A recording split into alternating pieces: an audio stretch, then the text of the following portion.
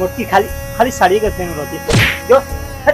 ए टकलू ज्यादा तू बोलत रह। हमार सारा पैसा कमाल धमाल सारा पैसा मेकअप में उड़ावत गई। कहां तू किन के चला बड़ा कितना कौन चीज सही करता है तब इतना मोटा गल।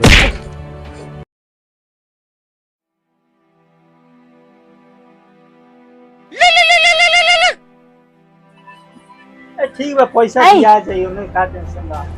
पैसा दे देता है। ए कुछ पैसा दा ना तनी। ठीक बा रखो तनी कर। अरे साड़ी वाला भागा था तनी पैसा दा ना साड़ी किने बा। ए साड़ी के फिर भूले रहो तत्र ना रे हम बानी दूसरे दुनिया तोरा साड़ी का धुन भागल देता साड़ी भागल देता हैं हर दम खाली साड़ी बुलाए रहो। साल भर से बेसी हो गल तेरा साड़ी किन ला एगो साड़ी या किन बतनी साल भर से बेसी हो गल तो कौन चीज छठ आवे दे तो साड़ी किना जाई जो साड़ी तो उतना तो घर बनल बा तो बहुत साड़ी चाहिए जो मोटी खाली साड़ी का पहन रहती जो ए टकलू ज्यादा तू बोलत रह। हर चीज में कंजूस सही करते हैं जानता कि ना। तो हिम्मत कैसे कर दे तो हिम्मत कैसे बोला ए हिम्मत कैसे बोला हम जमाना लगा हमरा का मोड़लो हो हैं ठीक काम ना होई हमरा का मोड़लो हो तो हिम्मत कैसे होती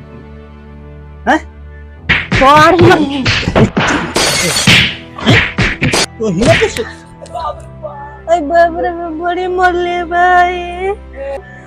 इन दिए के हर दम में कुछ करे तो मारत रहल झगड़ा करत रहल आवा तरह के बताओ तने तू कुछ के ना छोड़न दे कोई हम उन्हें छोड़न तरह का नहीं करते बाकी है तो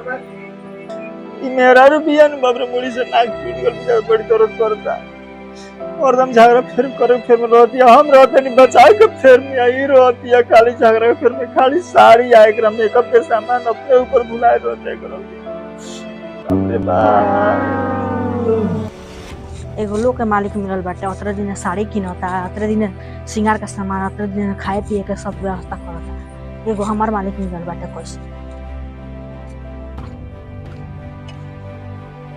पैसा लुका के करे का पड़ता सब मेकअप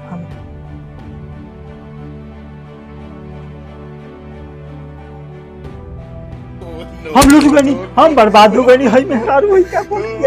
आई कौन सी करते रे ए क्या करते रे तू इतना मेकअप दे कौन सी करते रे तू हमार सारा पैसा कमाल धमाल सारा पैसा मेकअप में उड़ावत गई। कहां तू किन के चला बड़ा सब हम अपना नजर से लिया नजर से लिया बेटा चाहे कोई चल यार तो कम लगाओ ना रे हैं ठीक है मेरे बुझाता कि तू जात कहां बैठे तुझे इतना मेकअप करते रे तू हम कहीं नहीं की जा हम घर रहते के मतलब मेकअप लग करता ए घर रहबे तो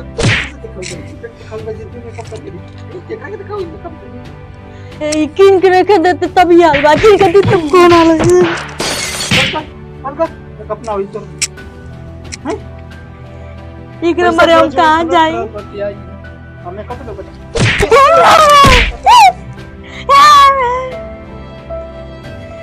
अब किन के दे तो कौन आ हो जा बाप रे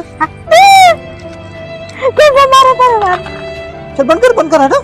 तारा के देख ले तारा सब्जी ले ले सब्जी पूरा सब्जी खत्म हो गइल बा छंतन सब्जी वाला आइल सब सब्जी ले ले सब्जी ले ले सब्जी ए रुका सब्जी वाले ले सब्जी कितना के सब्जी बेचे तारा 20 रुपए पूरा एगो काम करो पूरा दे दो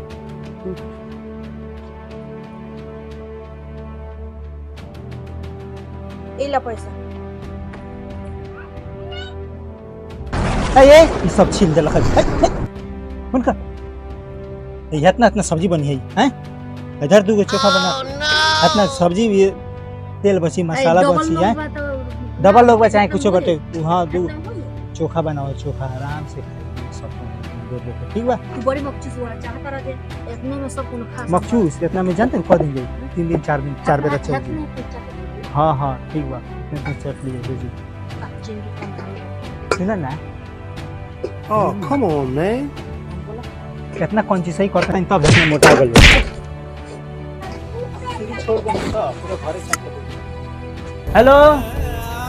हेलो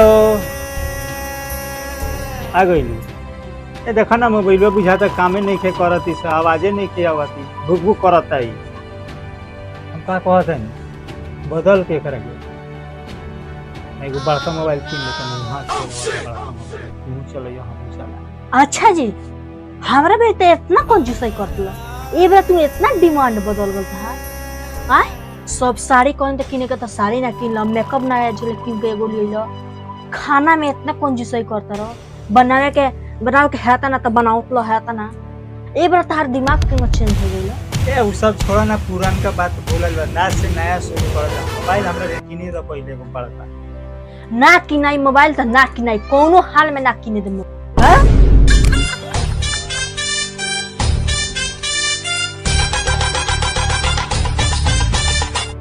हेलो गाइस, अगर आपको हमारी वीडियो पसंद आई हो तो वीडियो को लाइक जरूर कीजिएगा,